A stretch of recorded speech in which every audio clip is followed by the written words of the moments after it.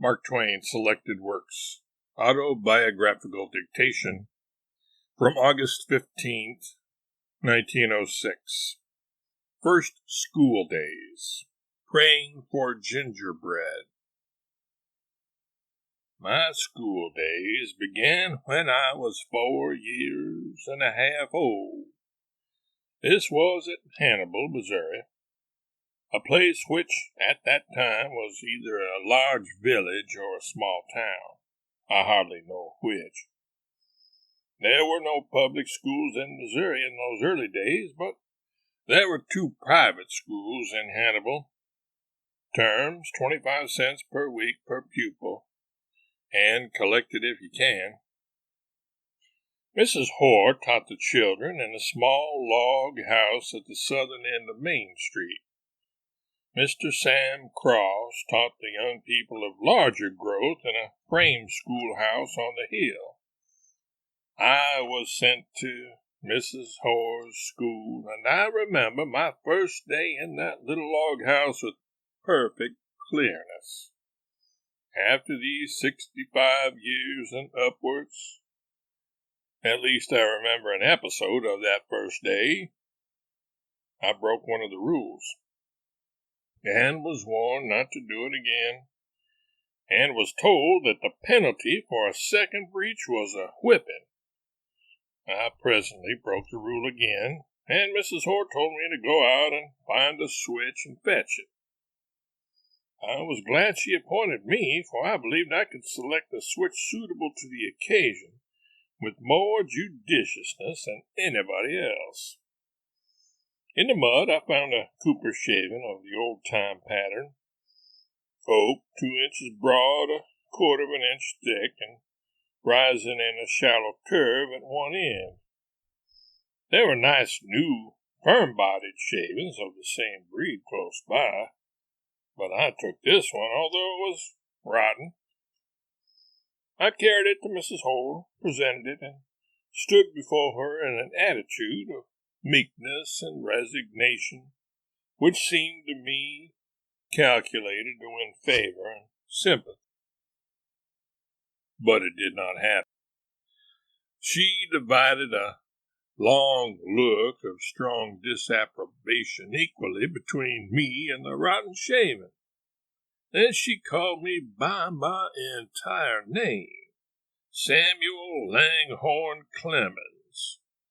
Probably the first time I had ever heard it all strung together in one procession, and said she was ashamed of me.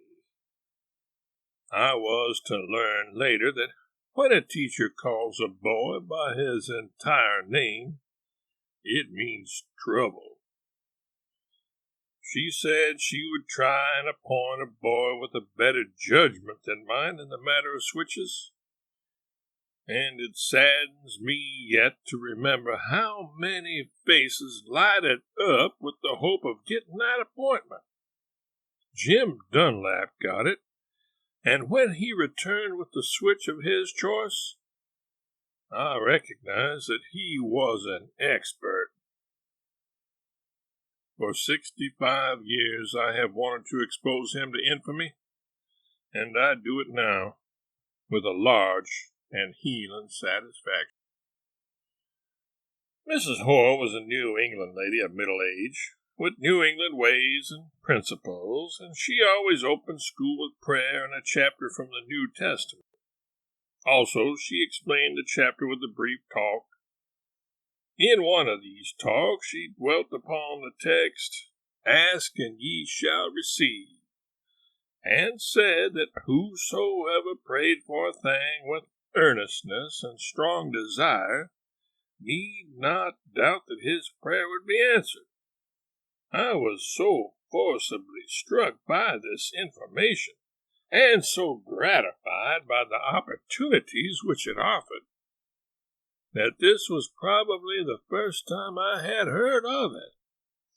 I thought I would give it a trial. I believed in Mrs. Hoare thoroughly, and I had no doubts as to the result. I prayed for gingerbread.